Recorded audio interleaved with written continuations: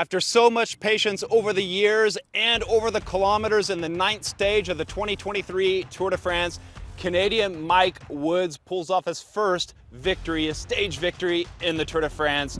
On site, on the Puy de Dôme, Mike Woods celebrated, and that's the place where legends are made. It was up there where Raymond Poulidor battled with Jacques Anquetil, and it was up there where Eddie Merckx got a punch in the gut from a spectator that stopped him from going on to win a 6th overall Tour de France victory. Well, today it was Mike Woods throwing his hands up in the air, celebrating solo in style. It was a long road for Mike Woods over the years and over the kilometers to get to that victory. Today, around about 182 kilometers in a hot day of racing across the massive Central. 14 riders went free, and in that move was Woods with his Canadian Israel Premier Tech teammate Guillaume Boivin.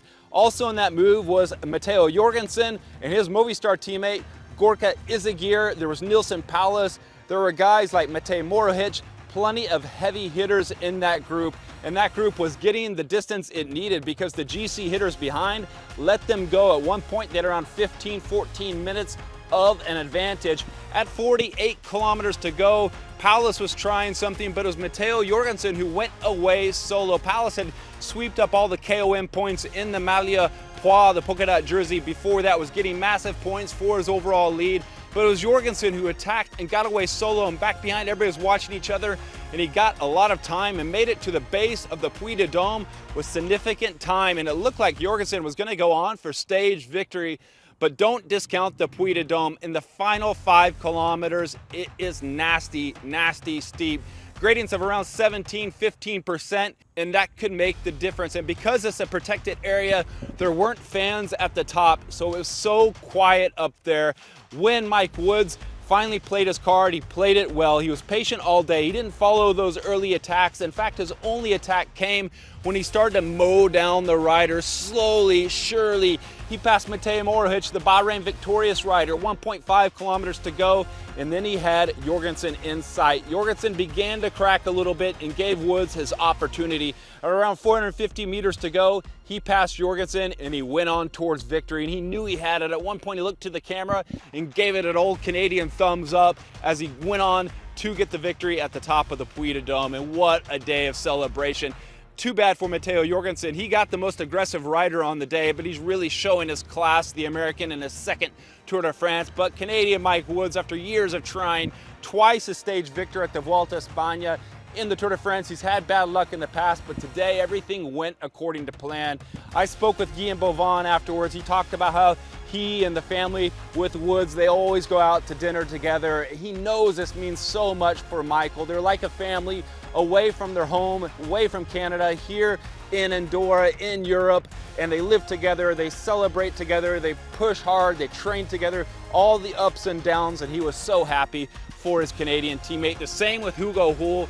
Mike Woods celebrating in style. Back behind, we had more action because Woods celebrated up there, but the group behind, I think they're around 12, 11 minutes, and then things started to get crazy. We had Jumbo-Visma working all day for yellow jersey Jonas Vingegaard. Tadej Pogacar was marking him and being very attentive in the group. In that group, we had Tom Pidcock as well. We also had Carlos Rodriguez. We saw Adam Yates, the UAE team rider, get dropped.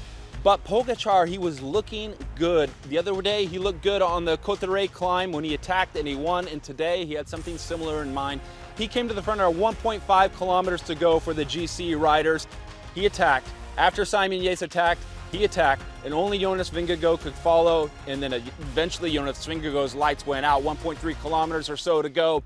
Jonas Vingegaard today kept Tadej in check, but still lost around 8 seconds. So with the gains today, now Tadej Pogacar is only 17 seconds behind Jonas Vingegaard in 1st spot. In 3rd spot, Jai Hindley at 2:40. Back further back, Carlos Rodriguez there at 4:22. Then Adam Yates and Simon Yates, who paid from losing that time yesterday during the crash. But up on the top, it was Mike Woods celebrating, 28 seconds back. Pierre Latour, Matej Morohic, 35 seconds back. And Matteo Jorgensen held on for 36 seconds back in the stage results. And the big takeaways today, well, it looks like Tadej Pogacar is getting better and better. And Jonas Vingegaard perhaps is weakening a little bit, or at least not able to improve the way Tadej Pogacar is. And we're going into that first rest day tomorrow.